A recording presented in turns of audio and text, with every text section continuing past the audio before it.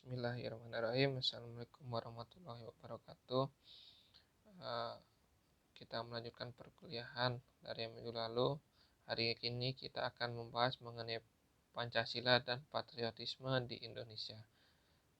Salah satu permasalahan yang dihadapi bangsa Indonesia dewasa ini adalah memudarnya semangat nasionalisme dan patriotisme di kalangan generasi muda. Hal ini disebabkan banyaknya pengaruh budaya asing yang banyak masuk di negara kita. Akibatnya, banyak generasi muda yang melupakan budaya sendiri karena menganggap bahwa budaya asing merupakan budaya yang lebih modern dibandingkan budaya bangsa sendiri. Hal ini berakibat nilai-nilai luhur bangsa banyak diabaikan, hampir terjadi di sebagian besar generasi muda. Sejak dahulu dan sekarang ini serta masa yang akan datang, peranan pemuda atau generasi muda sebagai pilar penggerak dan pengawal jalannya pembangunan nasional sangat diharapkan. Melalui organisasi dan jaringan yang luas, pemuda dan generasi muda dapat memainkan peran yang lebih besar untuk mengawal jalan pembangunan nasional. Berbagai permasalahan yang timbul akibat rasa nasionalisme dan kebangsaan yang memudar banyak terjadi belakangan ini. Banyak generasi muda atau pemuda yang mengalami disorientasi, dislokasi, dan terlibat pada suatu kepentingan yang hanya mementingkan diri pribadi atau sekelompok tertentu dengan mengatasnamakan rakyat sebagai alasan dalam kegiatannya. Nah, Pancasila sebagai dasar dan ideologi negara merupakan kesepakatan bapak pendiri bangsa ketika negara Indonesia didirikan. Dan hingga sekarang di era globalisasi, negara Indonesia tetap berpegang teguh pada Pancasila dan negara sebagai dasar negara. Sebagai dasar negara, Pancasila harus menjadi acuan negara dalam menghadapi berbagai tantangan global dunia yang terus berkembang. Di era globalisasi ini, peran Pancasila tentulah sangat penting untuk menjaga eksistensi kepribadian bangsa Indonesia. Karena adanya globalisasi, batasan-batasan di antara negara seakan tak terlihat, sehingga berbagai kebudayaan asing dapat masuk dengan mudah ke masyarakat. Hal ini dapat memberikan dampak positif dan negatif bagi bangsa Indonesia. Jika kita dapat memfilter dengan baik berbagai hal yang timbul dari dampak globalisasi, tentunya globalisasi itu akan menjadi hal yang positif karena dapat menambah wawasan dan mempererat hubungan antara bangsa dan negara di dunia. Sedangkan negatif dari dampak globalisasi dapat merusak moral bangsa dan eksistensi kebudayaan Indonesia. Sehubungan hal tersebut, generasi muda sebagai pilar bangsa diharapkan memiliki jiwa patriotisme dan nasionalisme dengan tetap bertahan pada nilai-nilai budaya bangsa Indonesia meskipun banyak budaya asing masuk di negara Indonesia. Dengan berlandaskan Pancasila diharapkan pengaruh budaya asing bisa disaring sehingga generasi muda bisa menjadi benar-benar generasi yang cinta pada tanah air apapun keadaannya. Nah, itu sebagai pendahuluan mengenai Pancasila dan nasionalisme di Indonesia. Kemudian pengertian atau pemahaman nasionalisme mulai muncul ketika sekitar tahun 1779, yakni mulai dominan di Eropa sekitar tahun 1830, kemudian pada revolusi Prancis, kalau yang teman-teman pahami, pada akhir abad ke-18 sangat besar pengaruhnya berkembang pada gagasan nasionalisme ini. Sedangkan nasionalisme di Indonesia adalah suatu gerakan kebangsaan yang timbul pada bangsa Indonesia untuk menjadi sebuah bangsa yang merdeka, berdaulat, dan sejak abad ke-19 dan ke-20 mulai muncul benih-benih nasionalisme. Nah, nasionalisme sendiri berasalkan kata dari nation yang berartikan bangsa.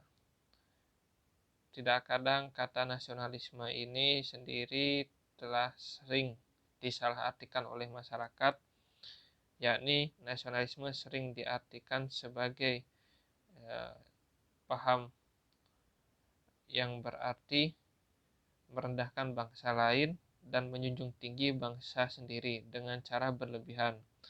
Persepsi yang salah tentang kata nasionalisme dapat tanggapan dari masyarakat itu karena nasionalisme dapat menghantarkan atau menjadikan suatu bangsa tersebut menjadi bangsa yang besar. Seperti pepatah mengatakan bangsa yang besar adalah bangsa yang dapat menghargai jasa-jasa pahlawannya. Pepatah tersebut menjelaskan arti kata nasionalisme yang sebenarnya apapun tantangan dan hambatan bangsa negara sendiri yang utama. Nasionalisme yang benar mengutamakan kepentingan nasional tanpa mengabaikan tanggung jawab global. Di samping itu juga ada beberapa pendapat mengenai nasionalisme. Saya mengutipnya dua tokoh, yakni pertama Ernest Renan mengatakan nasionalisme adalah kehendak untuk bersatu dan bernegara. Sedangkan Otto Bauer mengatakan bahwa nasionalisme adalah suatu persatuan perangai atau karakter yang timbul karena perasaan senasib. Dari keduanya pendapat tersebut bisa diambil kesimpulan dalam nasionalisme terkandung makna kesatuan cinta tanah air, mencintai bangsa dan negara dengan mewujudkan persatuan bangsa yang beragam. Nah, masuk pada Pancasilanya sendiri, yakni Pancasila mempunyai peran yang besar menumbuhkan rasa nasionalisme dan patriotisme di kalangan generasi muda. Apapun langkah tindakan yang dilakukan haruslah selalu didasarkan dengan nilai-nilai Pancasila. Dengan tagline yang saya tuliskan di PowerPoint, yakni Pancasila yang memiliki 5 sila yang diantara sila satu dengan yang lainnya saling menjiwai dan dijiwai dan menunjukkan satu kesatuan yang utuh, memiliki makna yang sangat dalam untuk menjadi landasan bersikap dan bertingkah laku. Lalu berbagai tantangan sudah dialami bangsa Indonesia untuk menggantikan ideologi bangsa, yakni ideologi Pancasila, tetapi tidak menggoyahkan keyakinan kita bahwa Pancasila yang cocok sebagai dasar negara dan sebagai ideologi sejatinya di negara Indonesia. Nah, masuk pada problemnya lagi, yaitu di era global ini banyak sekali budaya-budaya yang masuk ke negara kita,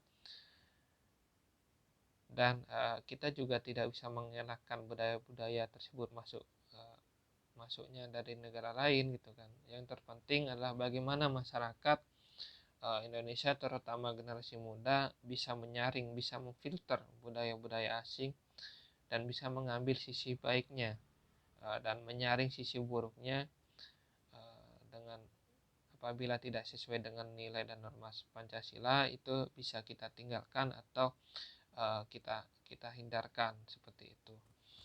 Nah, kemudian melihat realitasnya hari ini, yakni mungkin teman-teman bisa pahami bahwasanya rasa nasionalisme bangsa Indonesia masih kurang dan belum menunjukkan bangsa Indonesia adalah bangsa yang besar.